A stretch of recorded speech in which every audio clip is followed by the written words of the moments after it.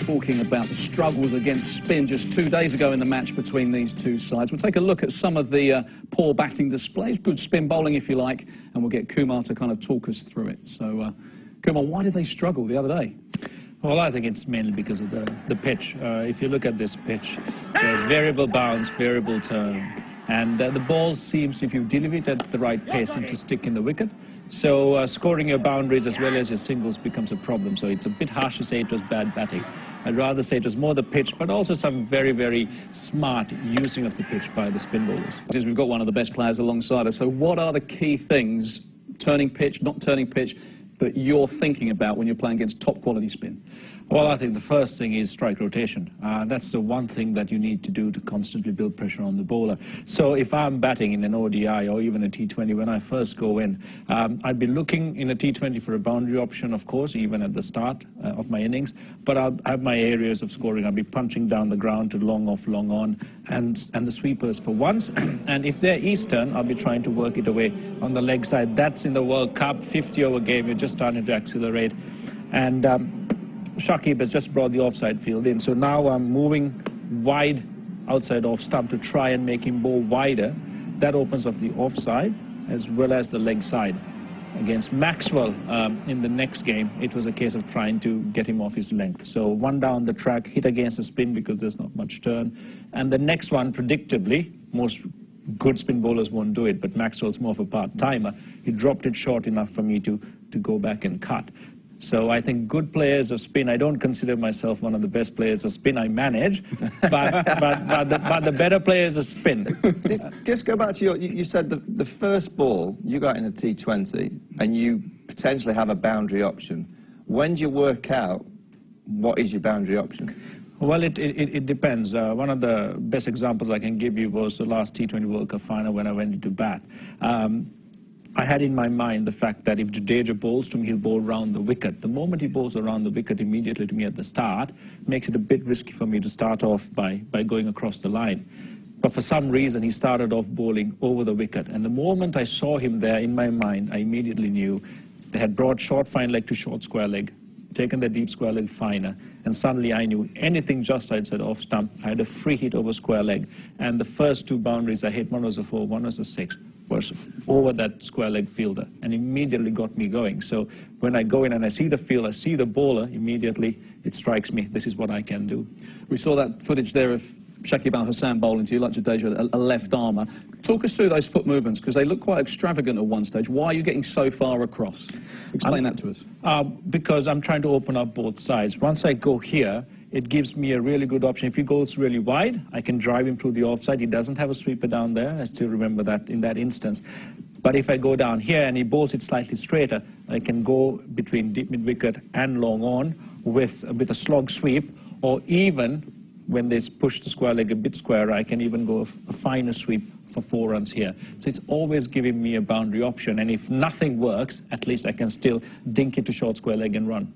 And I guess you're outside the line, it takes LBW out of play, going to be very difficult to get bowled from there. How about the ball that's turning away from you with Maxwell? Would you stay further leg side and give yourself a bit more room? I think the best players of spin forget about turn. They forget about their wickets. They forget about getting out. It's about attacking, and it's about ensuring that the bowler bowls to you.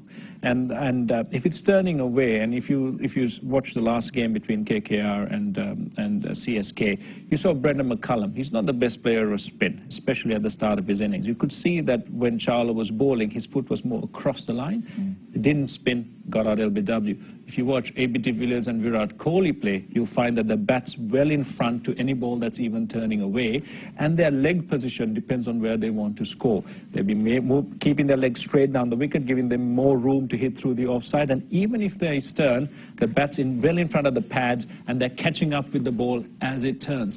And the best players of spin are able to do that. Well, you mentioned Virat Kohli and A.B. de Villiers. We're going to take a little look at them in action here.